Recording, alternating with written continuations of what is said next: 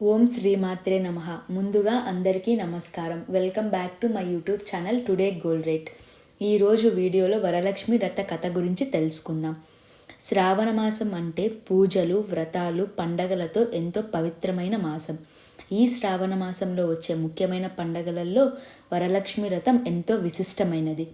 వివాహిత స్త్రీలు తమ కుటుంబంలో ఆరోగ్యం, ఐశ్వర్యం, సుఖ సంతోషాలు, శాంతి ఉండాలని కోరుకుంటూ ఈ వ్రతాన్ని భక్తి శ్రద్ధలతో ఆచరిస్తారు. అసలు వరలక్ష్మి వ్రతం ఎందుకు చేస్తారు? ఈ వ్రతం ఎలా ప్రారంభమయ్యింది?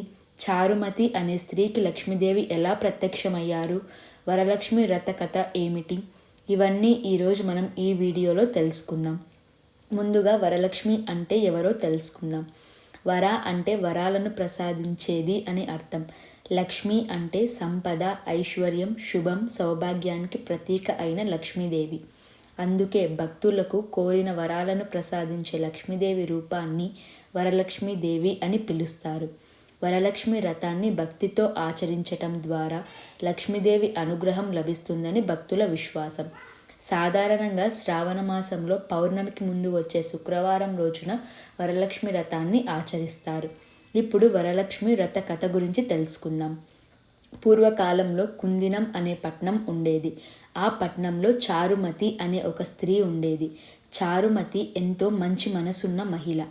ఆమె తన భర్తను, అత్తామామలను ఎంతో గౌరవముగా చూసుకునేది. ప్రతిరోజు ఉదయం లేచి ఇంటిని శుభ్రం చేసుకొని దేవుణ్ణి భక్తితో పూజించేది. తన కుటుంబ సభ్యుల పట్ల ప్రేమగా, గౌరవంతో ఉండేది. ఆమె భక్తికి లక్ష్మీదేవి ఎంతో సంతోషించారు. ఒకరోజు చారుమతి నిద్రలో ఉండగా ఆమెకు లక్ష్మీదేవి స్వప్నంలో కనిపించారు.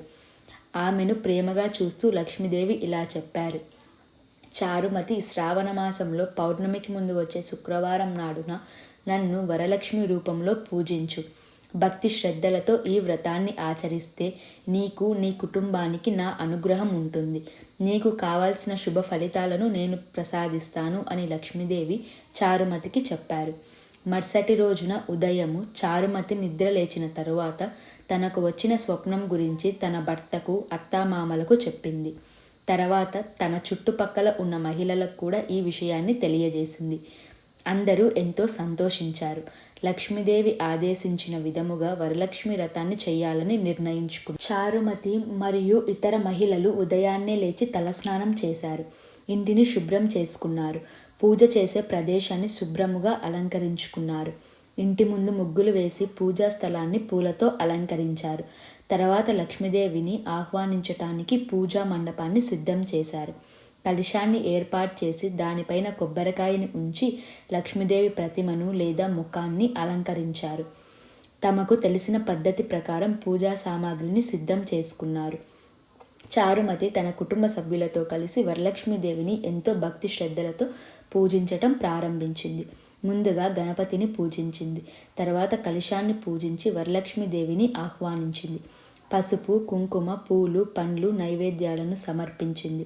లక్ష్మీదేవికి సంబంధించిన స్తోత్రాలు, అష్టోత్తరాలు మరియు తనకు తెలిసిన మంత్రాలను భక్తితో చదివింది. చారుమతి పూజ చేస్తుండగా ఒక అద్భుతమైన సంఘటన జరిగింది. చారుమతితో పాటు పూజ చేస్తున్న మహిళలందరూ భక్తితో లక్ష్మీదేవిని ధ్యానం చేస్తూ పూజలో పాల్గొన్నారు. వారు తమ కుటుంబాల క్షేమం కోసం ప్రార్థించారు. ఆ సమయంలో వారి భక్తికి మెచ్చిన లక్ష్మీదేవి ముందుగా వారి కాళ్లకు గజ్జెలను ప్రసాదించింది. తరువాత చేతులకు బంగారు గాజులను మరియు ఒంటికి నగలను ప్రసాదించింది. చారుమతి మరియు ఇతర స్త్రీలు లక్ష్మీదేవిని ప్రార్థిస్తూ ఇలా కోరుకున్నారు: అమ్మ, మా కుటుంబాలపై ఎల్లప్పుడూ నీ కృప ఉండాలి. మాకు ఆరోగ్యము, ఐశ్వర్యము, సుఖ సంతోషాలను ప్రసాదించు. మా కుటుంబ సభ్యులందరూ సుఖంగా ఉండేలాగా అనుగ్రహించు అని భక్తితో ప్రార్థించారు. లక్ష్మీదేవి వారి భక్తికి సంతోషించి వారు కోరుకున్న కోరికలను నెరవేర్చింది. వరలక్ష్మి వ్రత కథలో కేవలం సంపద గురించి మాత్రమే చెప్పలేదు. భక్తి, కుటుంబంపై బాధ్యత, పెద్దల పట్ల గౌరవము, మంచితనము, నమ్మకం కూడా ఎంతో ముఖ్యమని ఈ కథ మనకు తెలియజేస్తుంది. చారుమతి లక్ష్మీదేవిని భక్తితో పూజించడంతో పాటు తన కుటుంబాన్ని ఎంతో ప్రేమగా చూసుకునేది. అందుకే ఆమె ఒక ఆదర్శ మహిళ. వరలక్ష్మి వ్రతం ఎందుకు చేస్తారు అనే విషయాన్ని ఇప్పుడు మనం తెలుసుకుందాం. భక్తుల విశ్వాసం ప్రకారం వరలక్ష్మి వ్రతాన్ని ఆచరించటం ద్వారా కుటుంబంలో సుఖ సంతోషాలు, ఐశ్వర్యము, ఆరోగ్యము, శాంతి, దాంపత్య జీవితంలో సంతోషము, కుటుంబ సభ్యుల క్షేమము, లక్ష్మీదేవి అనుగ్రహం ఉంటుందని భక్తుల నమ్మకం. పూజా సమయంలో ముఖ్యముగా గుర్తుంచుకోవాల్సిన విషయం, వరలక్ష్మి వ్రతం చేసేటప్పుడు పెద్ద పెద్ద ఏర్పాట్లు చేయటం కంటే భక్తి మరియు శ్రద్ధ ముఖ్యమైనది. మన ఇంట్లో అందుబాటులో ఉన్న పూలు, పండ్లు, నైవేద్యాలతో కూడా మన సంప్రదాయం ప్రకారం పూజ చేసుకోవచ్చు. పూజా విధానం కుటుంబ సంప్రదాయాలకు, ప్రాంతాలకు కొంచెం వేరు ఉండవచ్చు. వరలక్ష్మి వ్రతాన్ని మనకు భక్తితో పాటు కుటుంబ సుఖ సంతోషాల కోసం ప్రార్థిస్తాం. మన సంప్రదాయాలను గౌరవించడం నేర్పుతుంది. ఈ పవిత్రమైన రోజున ప్రతి ఒక్కరి ఇళ్లలో లక్ష్మీదేవి అనుగ్రహము, ఆరోగ్యము, ఐశ్వర్యము, శాంతి, సుఖ సంతోషాలు నిండాలని మనస్ఫూర్తిగా కోరుకుందాం. ఓం శ్రీ మహాలక్ష్మియే నమః. ఈ వీడియో మీకు నచ్చితే లైక్ చేసి మీ ఫ్రెండ్స్ అండ్ ఫ్యామిలీకి షేర్ చేయండి. Thanks for watching.